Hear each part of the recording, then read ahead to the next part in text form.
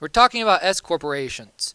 Now, in previous discussions, we've talked about C corporations and partnerships both. Remember, C corporations file Form 1120, and an entity taxed as a partnership, right? Could be talking about general partnership, limited liability company, file Form 1065.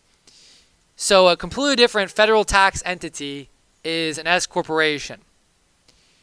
Now, before we go into the specifics, the first thing I want to start off saying is once you learn about the taxation of C corporations and the taxation of partnerships, S corporations is actually very simple.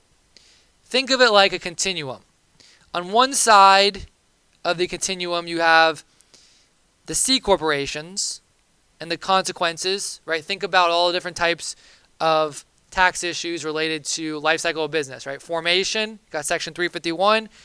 Operations, double taxation. You've got distribution, Section 301, redemptions, and you've got liquidation, right? 331, 332, 336, 337. So all of those rules that apply to C corporations, corporations in general. But we learned that through C corporations. On the other side, we've got partnerships. And the same issues that we talked about for C corporations, right? Forming a partnership, contributing to a partnership, flow through of items, calculating basis, liability issues, sales of partnership interest, distributions, all these things. So the question now is, where exactly does an S corporation fit? Well, an S corporation has elements of both. It's a corporation, as it suggests, but it's not identical to a C corporation for tax purposes. On the continuum, it's somewhere closer to partnership, but there are some items that make it more similar to C corporations. So in this discussion, just keep that in mind, because as we go, we're going to be looking at different rules, and what you're going to see is we're going to talk about some rules where, hey, this is very much like a C corporation. Other times, it's, hey, this is very much like a partnership. So keep that in mind. All right, so now let's talk about local law. So under local law, what kind of entity you are for legal purposes, as many of you already know, is determined at the state level. Now when it comes to corporations, there's only one type of corporation under local law, a corporation. There is no C versus S corporation. So C versus S corporation is a tax distinction, specifically a federal tax distinction. So under the federal tax law, C corporations are different than S corporations. Again, C corporations file Form 1120, S corporations file Form 1120S. And as I mentioned, there's elements that make it somewhat of a hybrid between the partnership and a C corporation.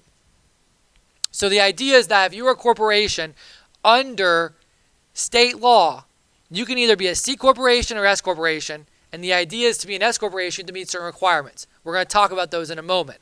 Before I do, I just want to mention a few things about S corporations. It's possible that you can still be treated as an S corporation for federal tax purposes and not be a corporation under local law.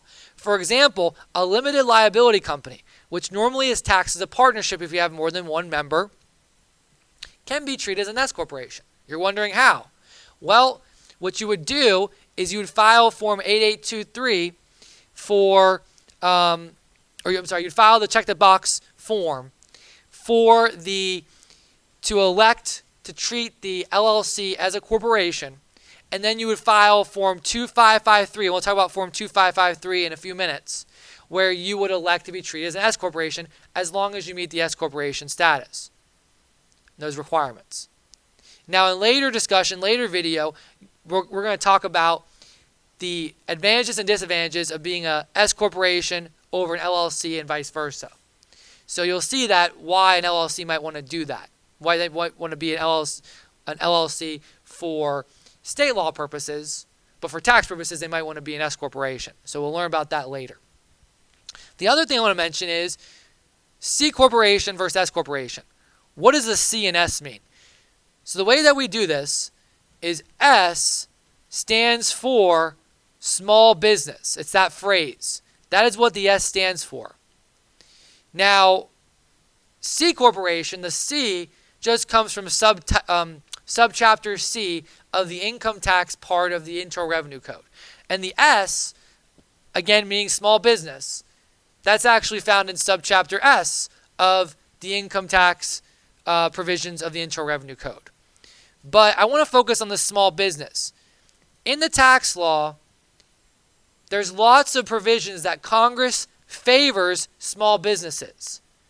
You can think of lots out there. Things like Section 179, where the limits favor small businesses, right? Small-sized businesses. Other examples that you might remember include organizational expenditures. So remember organizational expenditures for corporations, like if you're paying for attorney's fees or filing fees or accountant's fees, it's right to incorporate your corporation. In general, the rule is that you're allowed to amortize organizational expenditures over 180 months, 15 years. However, there's a carve-out where you're allowed to take $5,000 immediately when you spend it, but you can't exceed $55,000 because once you exceed $50,000, that $5,000 gets reduced dollar for dollar. So the idea is that Congress put this in place for small businesses to be able to deduct immediately versus larger businesses are going to have over $55,000. They're going to have to amortize over 180 months. So that is a benefit for small businesses. So there's lots of small business provisions out there. So keep in mind these 4 requirements that we're going to go through. Congress is trying to restrict an S corporation to smaller businesses. Now, the way it does that, you might disagree. You might be like, well, it's still possible to have a very large business in terms of dollar amounts, assets, income, those kinds of things. So they base it on really 4 criteria. The 4 criteria are number of owners, which is the first requirement, types of owners, second, classes of equity, third, and finally, ineligible corporations. We're going to talk about all 4. Before we go through all 4 of those, the last thing I want to mention about S corporations is the history of S corporations. So S corporations came about in the tax law in the late 1950s during the Eisenhower administration. So they've been around in the tax law since the 1950s. Limited liability companies have been around for legal purposes since the 1980s, 1990s, depending on the state. So S corporations have been around longer, which is why at the time of this video, there's a lot more S corporations than LLCs, but LLCs are gaining traction because the law is settled. And again, there's going to be some advantages of S corporations over LLCs, but there's also lots of advantages of LLCs over S corporations. All right, so with that, let's go into the 4 owners. The 4 limitations on who can be, what kind of entity can be an S corporation. The first limitation is the number of owners. So the number of owners can never exceed, at the time of this video, I shouldn't say never, sorry. At the time of this video, the limit is you cannot have more than 100 owners. So it's less than or equal to 100 owners. Now the reason why I conditioned myself when I mentioned that in the video is because this has changed over the years. It's been different numbers over the years. Okay? So right now, if you have more than 100 owners, guess what? You cannot have an S corporation. But that might change in the future to more owners. So keep that in mind. But there is an owner requirement. Now with this, there is specific attribution, and I like to mention the family attribution rules. And we'll see this later in my problem, so please watch the problem video. But the attribution, family attribution rule, how that works, when you're considering whether someone is considered a separate family member, you are going to treat spouses as one owner, okay? And then for family members, which spouse is family, also 6 degrees of separation. 6 degrees of separation.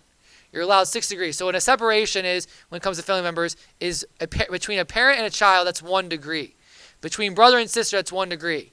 Okay? Between a parent and grandparent, that's 2 degrees. Because you go parent to grandparent to, child to parent to grandparent. So, sorry, I meant to say 2 levels of separation between child and grandparent. So that's how you go through and determine how many degrees there are, and you're allowed up to 6. And we'll see some examples later of going through that. So you're allowed up to 6 degrees of separation when it comes to family members, which is very liberal in terms of attribution, because you want attribution. You want to make sure you have less family members so you don't go past the 100 requirement. The types of owners. So there's only certain types of owners that can own an S corporation.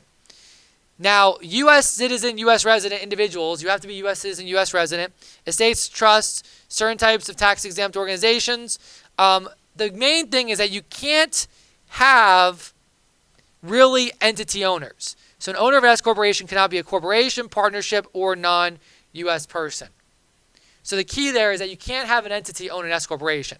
Now, you can have the S corporation owning we call qualified S subsidiary, so qualified subsidiaries, but again, the S corporation cannot be owned by an entity, cannot be one of the owners. And again, think about what Congress is trying to do here. It's trying to restrict this to small businesses. Small businesses can be restricted by the size and number of owners, the types of owners. Classes of equity is the third requirement. An S corporation can only have one class of equity, and it's with respect to distributions. You can have differences in voting rights. So knowing that means that you can never have preferred stock, because preferred stock is preferred when it comes to common, right? You always have to have common stock if you have preferred stock. It's preferred to common, and the key distinction of preferred stock is that it's preferred when it comes to distribution and liquidation. The law focuses on preference or differences when it comes to distribution, not voting. So you can have different classes of voting common stock, voting and non-common, or different classes, but you just can't have different classes of distribution when it comes to common stock. And if you have any preferred stock, you can't have an S corporation by its nature. Finally, the last one, and this is the least tested. Professors test this the least, CPA exam test this the least, ineligible corporations. So just know there's certain types of corporations out there that generally do not qualify for S corporation status. I have a list: certain financial institutions, insurance companies, etc. All right, let's talk about electing S corporation status. So the form that we use to elect S corporation status is Form 2553. And this is the form to elect S corporation status. We're going to talk in a few minutes about terminating S corporation status and revoking your termination. There's no form there. It's just going to be an election that we do on a statement. But that form is important. Now, in order to qualify to be an S corporation, you need all 4 of those requirements that we went through. Okay? To elect, you need to do it on Form 2553, and there's some other requirements. At the time of the election, so when you vote, all owners at the time of the election must unanimously agree. So we have to have 100% agreement. 100% agreement to be treated as an S corporation. Now the next requirement is that the election must be made no more than 2 months and 15 days after the beginning, not the end. First time students learn about this topic, they always confuse beginning and the end. Beginning. So what I'm saying is, let's say we start an S corporation, and we are going to be January 1st to December 31st calendar year, and we are year 1. And we, to make it simple, let's say that we start this corporation under state law January 1st, year 1.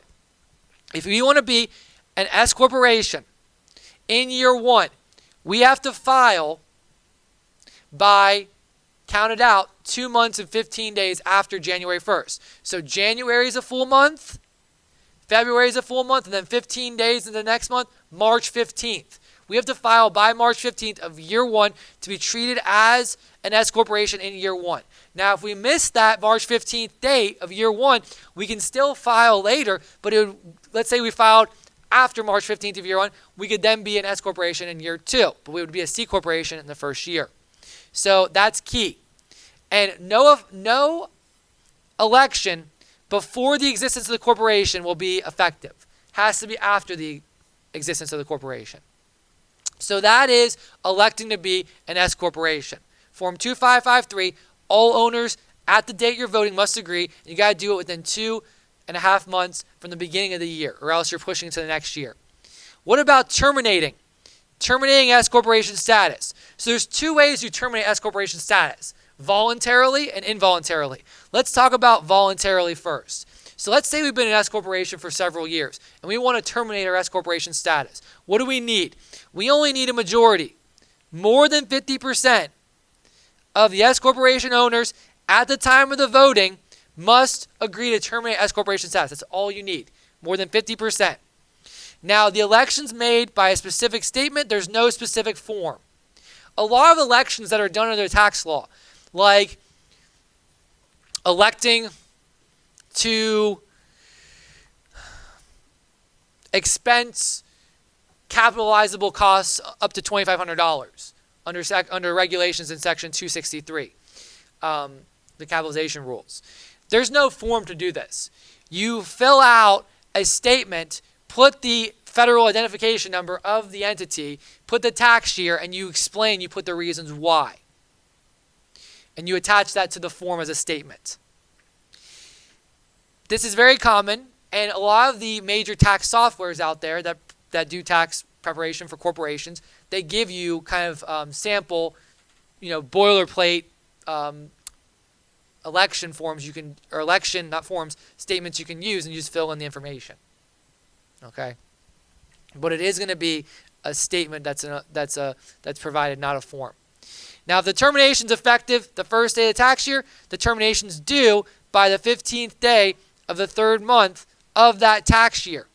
So, very similar rule to what we had for creating an S corporation or electing S corporation. Same thing. So, if we want to, let's say, 1/1 of year 4, we've been an S corporation for years 1, 2, and 3. We go into year 4 and we don't want to be an S corporation anymore. We want to terminate our S corporation status. We have to do that, and we want it to be effective as of January 1st of year 4. We have to do that by March 15th of year 4. Again, going back to our previous example. Again, 2.5 months after the beginning of that year. Now, you can terminate anytime in the future. We can say, on January 1st, year 4, we want it to be effective January 1st, year 5. It's just going back in time where it's an issue. So that is voluntary termination. Again, more than 50%. You got the dates. You have to make that statement. There's also involuntary termination. So involuntary terminations, the general rule for involuntary terminations, there's a few exceptions to this, is that if you involuntarily terminate your S corporation status, it's effective the next day. So main examples of where you have involuntary termination, let's say that you have 100 shareholders, and all of a sudden the S corporation takes on a new shareholder, you have 101. You can only have 100 at the time of this video, right? You no longer are an S corporation. You involuntarily terminate your S corporation status as of the next day where you become a C corporation. All right. So one other issue is potentially you may be able to revoke a termination. So let's say that we are going to terminate our S corporation status on January 1st, year 4, to take place January 1st, year 5. We're going to stay an S corporation in year 4, but in year 5, we're going to be a C corporation. We're going to terminate our S corporation. Well, we have this entire year where we're still an S corporation. And we have that entire year to potentially, if we want, to revoke our S corporation termination. We can revoke our S corporation termination. And so it's still possible. Again, we've decided on January 1st, year 4. If we change our mind and say, hey, we want to be an S corporation, we can change our mind as long as we do so before January 1st of year 5 when it takes place. Once you get there, it's too late. You are going to be switch over to a C corporation. But if we decide during that time, hey, we want to revoke that termination because we made a stupid decision. We don't want double taxation, we want single taxation. Then the rule is you need all owners that voted for termination and any new owners that joined since the voting.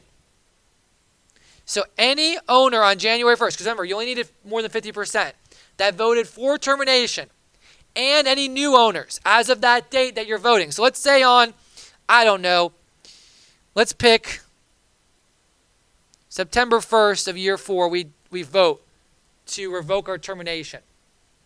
You go to all people, all owners that voted for termination, and they are the ones that vote, and any new owners. You have to have 100% consensus. If you don't, it won't be revoked. The termination will not be revoked. So that's how you do that, okay? And that is electing, terminating, and revoking a termination, the rules for that. All right. So now let's go to the general rules with respect to S corporations, what applies, operations, and all those things. Let's go back to our continuum. Remember, on one side we have C corporation, tax treatment, and the other side we have partnership. And as I mentioned earlier, an S corporation is somewhere in between, closer to partnership. So when you're thinking about S corporations, and the main reason for that is because, remember, partnerships have one level of tax. Everything passes through to the owners. Same applies to an S corporation. It's one level of tax, and that's why when you think about an S corporation, you should start off thinking about that. Hey, everything flows through. Yes, 1120 for C Corp, partnership 1065, and an S Corp is an 1120S. So again, the main similarity between a partnership and S corporation is one level of tax. Tax to the owner level allocated through, flows through. The 1120S and the 1065 are also very similar. Now, of course, there's some differences because, again, there's some elements that are more like a C corporation. But I would say the 1120S for the S corporation is much more similar to the 1065 than the 1120 for the corporation. So keep that in mind. When you're thinking about an S corporation, start off thinking, hey, very similar to a partnership, but there's a few things that it might be different for C Corp that are more like C corporations. Those things that are different are right here, this list. So all of those rules that you've learned about for C corporations, the general corporate rules, here are the ones that specifically apply to S corporations. So the first one is on formation. On formation, Section 351 applies to both C corporations and S corporations and all those rules that accompany. So remember Section 351, right? On formation or contribution to a corporation, shareholder is giving up property, right? You have to have a transfer of property to a corporation solely in exchange for stock, and such person or persons are in control of the corporation, which is 80% or more. So S corporation follows that suit, not partnership where you don't need a control requirement. So that's the first thing. Second thing, distributions. On a distribution, remember that for C corporations, when a distribution occurs, if the C corporation distributes appreciated property, right, the fair market value is more than the adjusted basis, then the C corporation had to recognize a gain. Same thing with S corporation. Now the gain flows through to the owners, doesn't get taxed at the S corporation level, it flows through to the owners in general, but there's still that element we calculate gain. We're going to see that in an example, a problem later on. Also, redemptions. The Section 302 redemption rules apply to S corporations as well. So the four requirements, right? You got the substantially disproportionate, you got the complete termination, you got partial liquidation, and you've got not essentially equivalent to a dividend, NEED, need. Liquidation. The liquidation rules apply to S corporations just like they did for C corporations, 331, 336. Finally, reorgs. Reorganization rules apply to S corporations. We haven't talked about that because it's a basic discussion in our previous videos, but just know reorganization rules, they apply to both C and S corporations. All right. Keeping in mind, again, that S corporations were starting off with the understanding that, hey, S corporations are pass-through entities like partnerships. Okay, keeping that in mind, we keep that idea intact. and we have the flow through, right? Flow through of corporate income and loss. So the items flow through. And just like on the 1065, the 1120S, on Schedule K,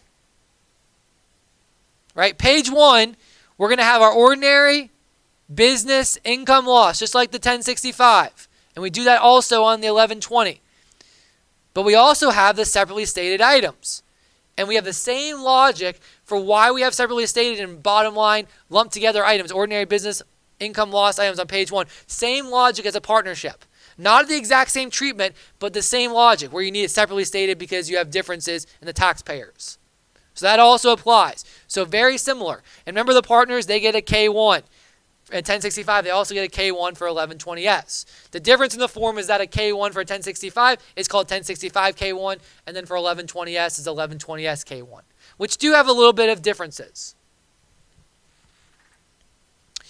Now, here is one major difference between an S corporation and a partnership. And also, just so you know, I have a video I mentioned earlier that goes through the distinctions between S corporations and partnerships when choice of entity. I highly recommend looking at that video after this video. So one huge benefit of a partnership is flexibility, the ability to allocate income gains, losses, deductions very flexibly, as long as you follow book, as long as you follow the economics. Substantial economic effect, we call it. For a S corporation, that is not the case. And the reason is, again, remember what S stands for? Small Business Corporation. And another way to help you remember is that S, also you can think of it as simple. Congress says, hey, small businesses should be simple. You got, a plumber. You've got an auto mechanic. Should be a simple business, simple structure. You don't got crazy venture capitalists, going out there and funding this like you do with C corporations, maybe LLCs. Small business. We're giving these benefits to small businesses, and we're not trying to give them to the large businesses that need the crazy funding, venture capital funding and all that good stuff. So when you think of S, obviously you mean small business, but also think of simple.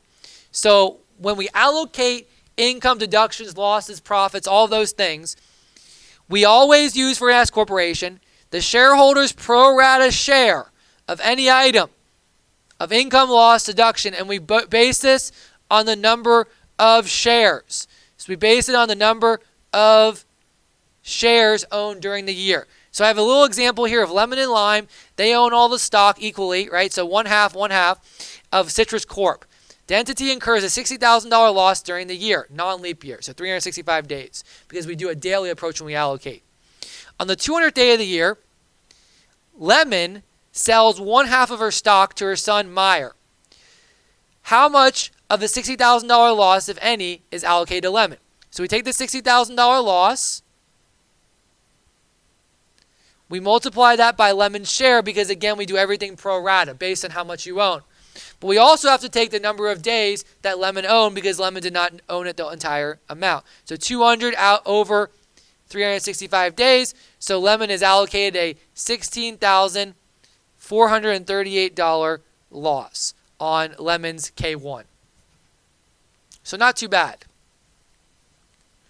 Okay, so now let's go on to corporate level tax and very limited circumstances.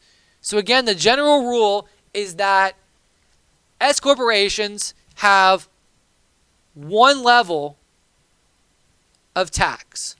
However, there are some unique situations where an S corporation is subject to double taxation, just like a C corporation.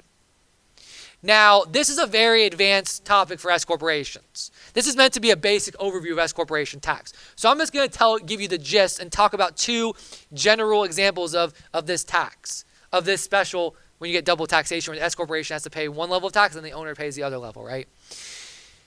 Before we talk about those two types, which we're going to call the built-in gains tax and the passive investment income tax on S corporations, that's what they're known as, there are some common themes that you're going to see when it comes to double taxation of S corporations.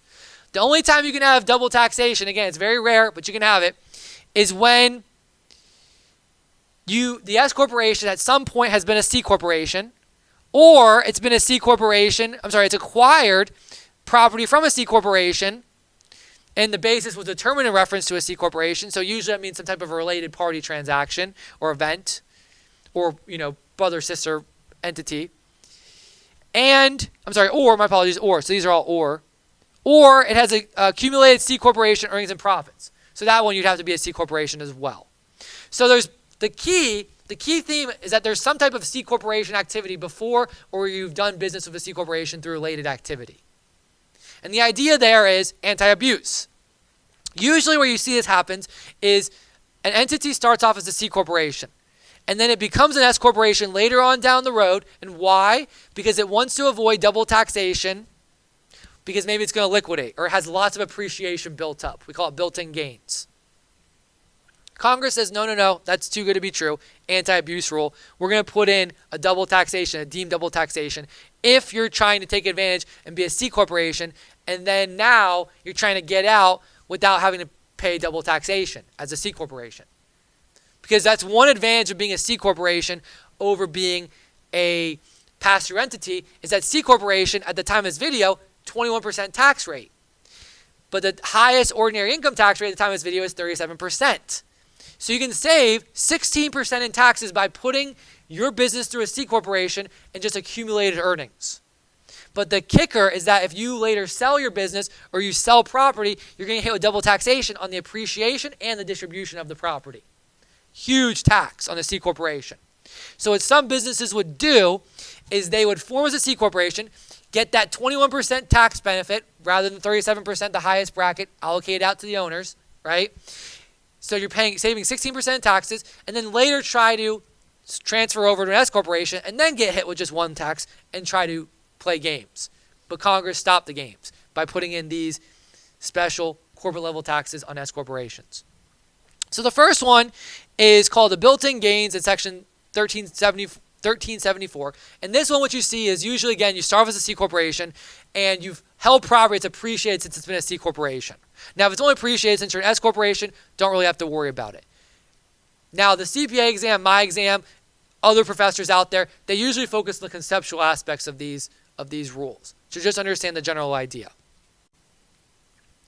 Passive investment, 1375, that's another tax that focuses on passive investment. This one has some crazy calculations. The other one does too. I'm not going to get into the crazy calculations. Just to show you an example for those people that are tax people out there, if you want to take a look and see how this works, you can look at an example of what exactly you do, how you calculate, and all that good stuff.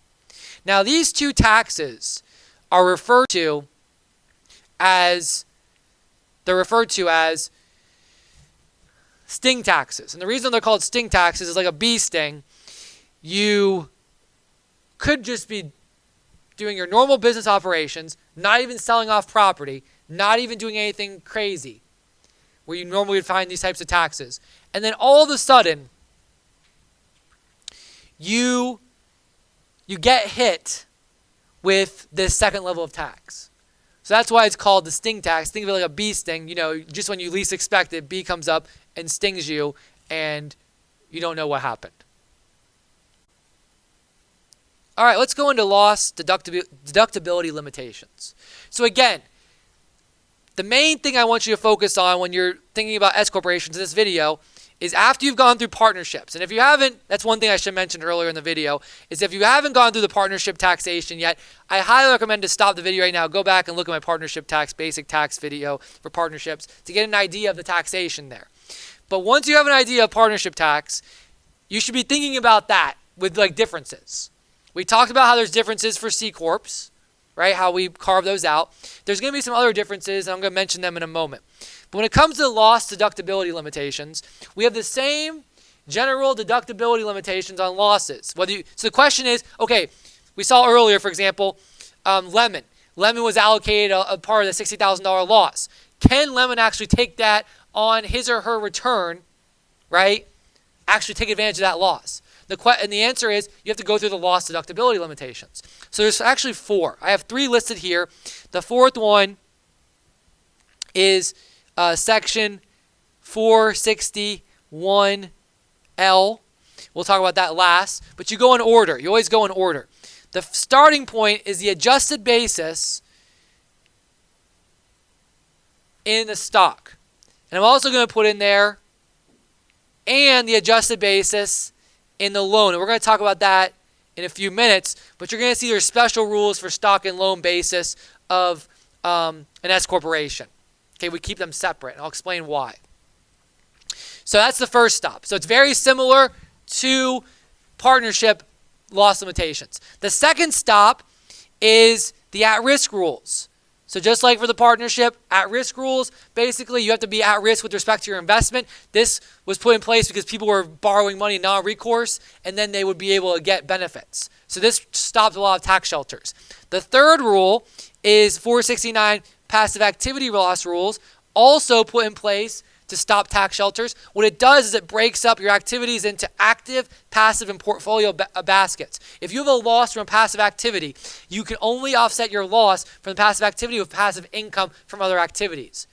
For active income, you can do the same with active, but it has to be active with active, passive with passive, portfolio with portfolio. So you lump them together. And finally, the last one, this is a new one from the Tax Cuts and Jobs Act. Well, new at the time of this video. You might be watching this in the future. It might not be new anymore. And the one here is there's a $250,000 loss limitation, or $500,000 if you're married filing joint. And you can only take up to that amount. Now, everything in these limitations that you can't take gets carried over to the next year where you continue. And then when you dispose of the activity, guess what? You can actually utilize that, with the exception of $250,000 and $500,000.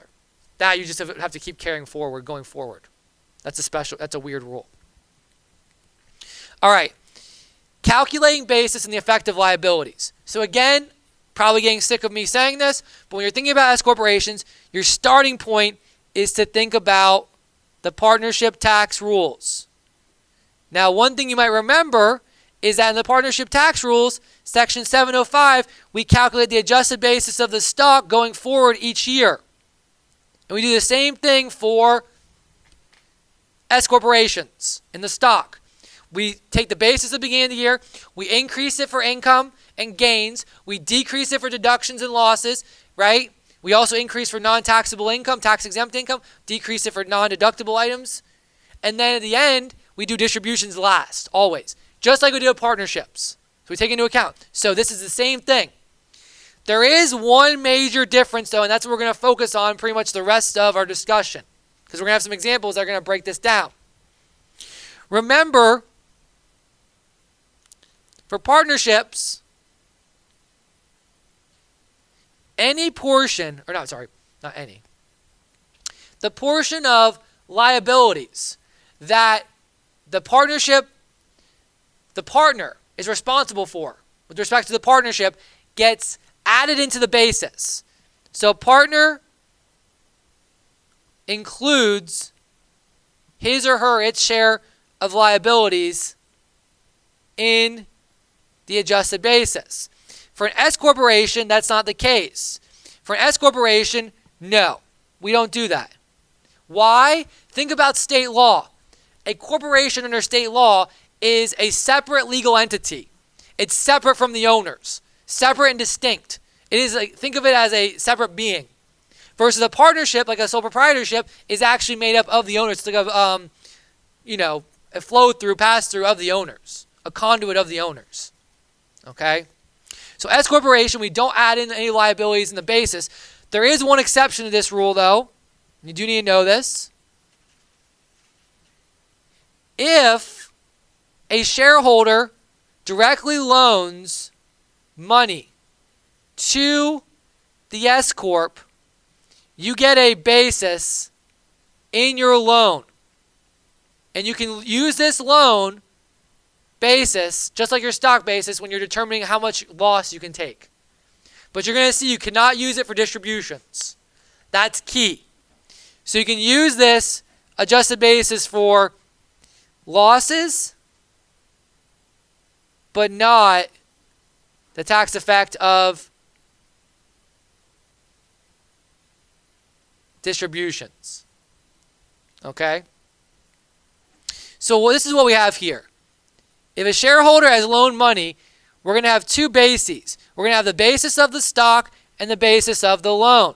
two bases that the shareholder has that we need to keep track of, because if there's a loss, we keep track of both of those. That means we're going to have ordering rules, because if we apply, right, the increases and decreases to the basis, right, we increase for income, decrease for deductions and losses. The question is, well, which basis is it increase or decrease first? So, ordering rules. Shareholder losses and deductions reduce personal loan basis and stock basis in the following order. First, when we have a loss, we first reduce stock down to 0. Then we reduce the loan down to 0.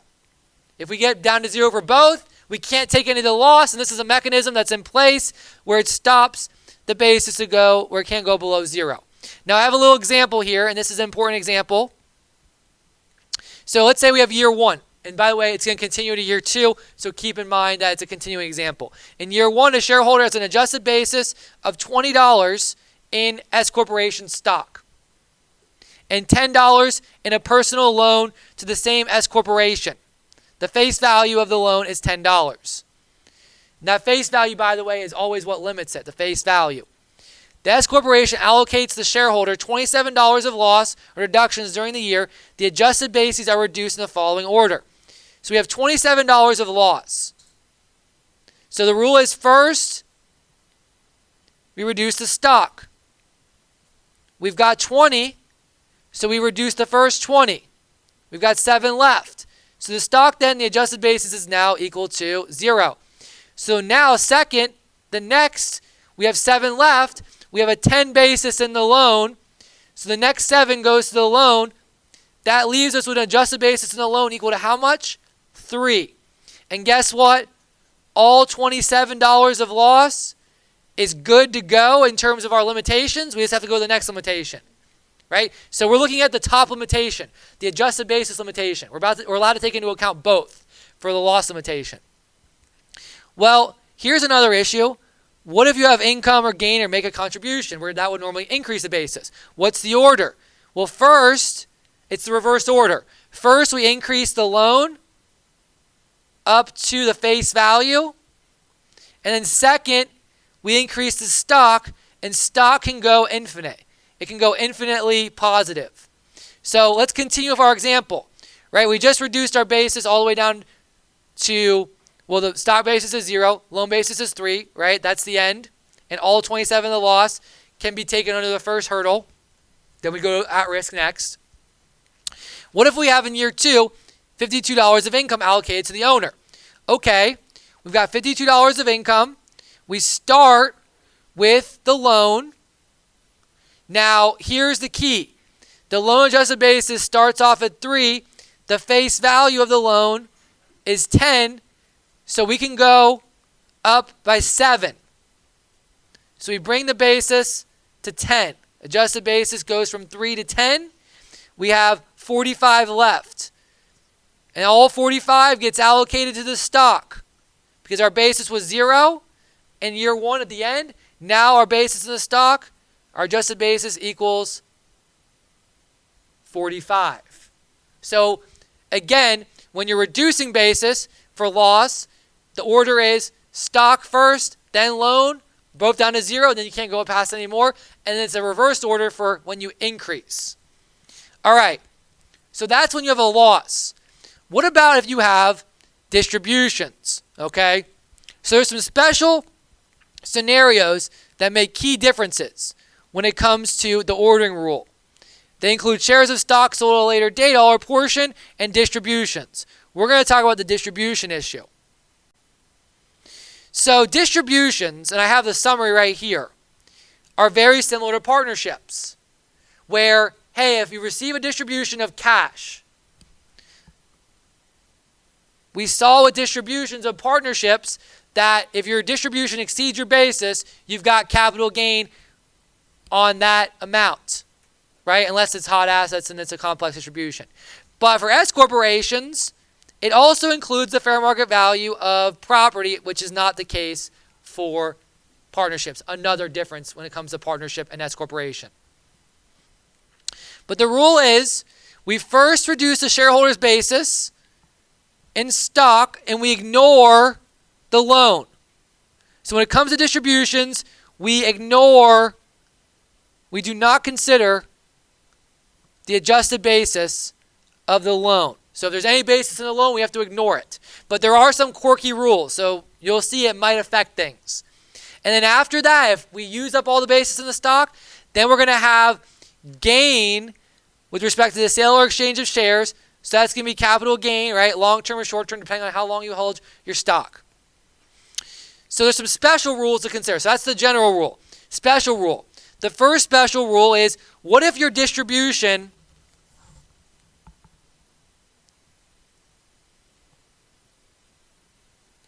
is greater than or equal to your earnings or income during the year? We're just going to say income allocated to you. Well, if that is the case, then what you're going to do is you're going to subtract the two numbers to get the net distribution. You're going to apply the net distribution rule to what you have here. So it's all about the ordering. If you were to increase the basis and do this and that, you would have different results. What we do is we take a net result. I'll show you how to do this. So here's an example. These are two independent scenarios. On January 2nd, year 1, Mango, who's a sole shareholder, loans his S corporation $10,000. By the end of year 1, the stock basis Mango has is 0, and the basis in the loan or note is $8,000. During year 2, the company's operating income is $10,000. The company makes year 2 distributions of $11,000. Calculate the consequences. So the distribution in this example is $11,000. The income, so it's greater than or equal to $8,000, yes. So the rule is we're going to net the two. We're going to take $11K minus $8K. We get $3,000. We call this a net distribution. We apply the net distribution rules we just learned, our rule 1 and rule 2. So we have a $3,000 net distribution, okay? I'm sorry, my apologies. I took the 8,000, that should be 11,000. See? Make some mistakes there, my apologies. So that actually, we're going to go back. It's actually 1,000, my apologies. Because the amount of income is $10,000. This is 10,000. So 11,000 minus 10,000 is $1,000. So we apply our rules. Now our stock adjusted basis is 0. So there's nothing in step 1. So guess what? All $1,000 is considered a long-term capital gain because it's between 2 years, right? So it's held for more than a year. All distributions for S corporations are deemed to occur on the last day of the tax year. So we have a $1,000 long-term capital gain to the shareholder, and that's in step 2 of what we just did, right? Step 1 and step 2. All right. What if the distribution amount is less than the income allocated, the earnings allocated? So in this example, so it's a completely separate example, we have, again, a 0 basis in the stock and an $8,000 basis in the note. During year 2, the company's operating income is $11,000, an $8,000 distribution. So the distribution is $8,000, which is less than the $11,000 of income. So the rule is we're going to net, we're going to subtract these amounts. So we net just like we did the other ones. So we take $11,000 minus $8,000 and we get $3,000.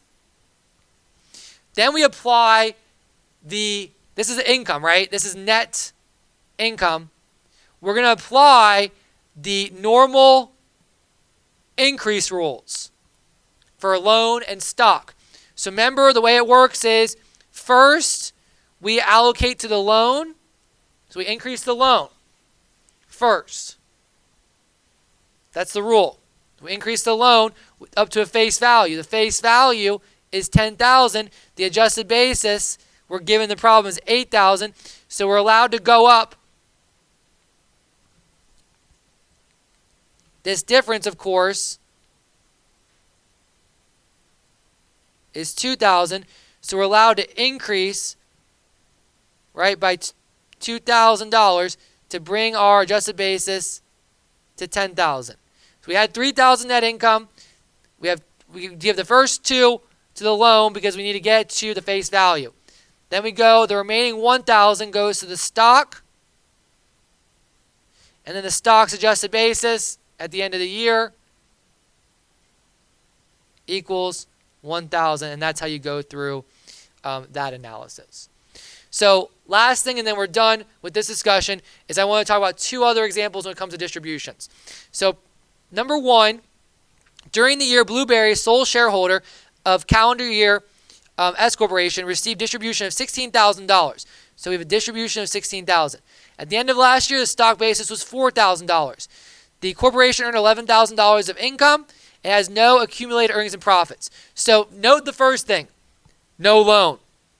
No loan here. If you have no loan, it's a lot easier. You apply the rules like you learned them back in partnership land. So what does that mean? We start with the adjusted basis at the beginning of the stock, which is $4,000. We go in order. It's all about ordering, just like we do in partnerships. We're going to increase for the $11,000 of ordinary income, because remember, distributions are always taken into account last. We increase and decrease for income and losses. So we do the $11,000 increase for the income. That brings our new basis to $15,000. Now, last, we do the distribution. So distribution, we have a $16,000 distribution, right? We reduce our basis. The adjusted basis is now equal to 0 because we reduce it down, and that leaves us $1,000. You can't have negative, right?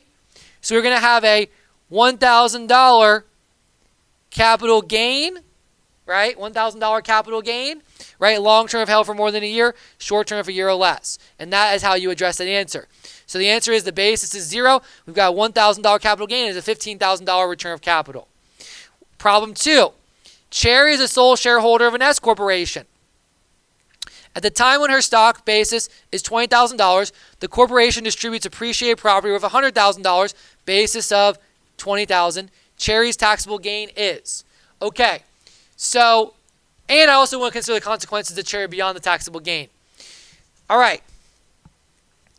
Remember, this is one of the rules that, hey, we're looking at S corporations, partnership, C corp, right? Very similar. All right?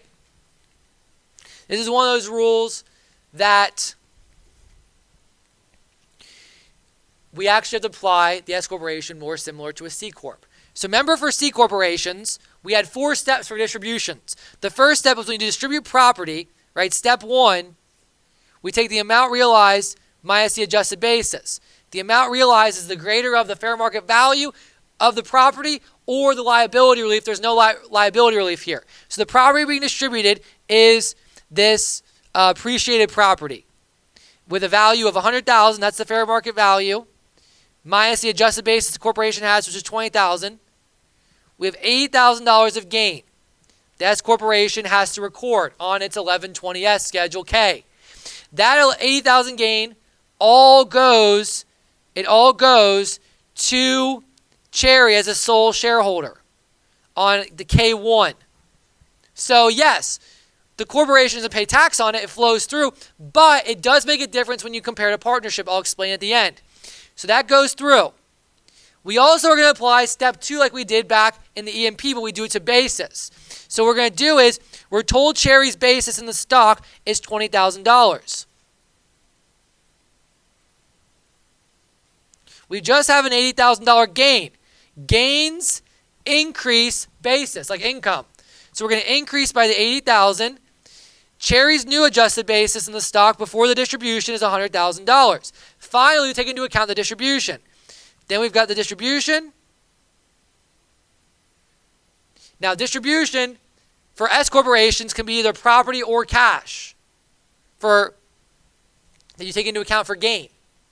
For a partnership, that's not the case. So the distribution, we use the value of the property, which is $100,000. We subtract that away, and that brings our adjusted basis in the stock down to 0. And guess what? None of the distribution is taxable. So there was a tax on the sale by the corporation allocated out, $80,000. There's no tax on the distribution, and then there's a basis in the stock remaining to Cherry of 0 because all of it's used up. Now, that is the consequences of the Cherry and the corporation. One thing I want to notice, if this was a partnership distribution, would we have the same consequences? No. If you go and you look at the partnership distribution problems or the partnership basics, the distribution discussion, what you'll see is that, let's assume that the appreciated property is a 1231 asset. So it's a tier 3 asset. We got no tier 1, right, cash, no tier 2 ordinary income assets being distributed. Tier 3, we have the 1231 appreciated property. Guess what? Partnership distribution, no, and if it's simple, which we're going to assume here, no consequences to the partnership, no gain or loss. To the partner, since we have no tier 1 or no tier 2, tier 3, right, we're not going to have capital gain or capital loss. Okay?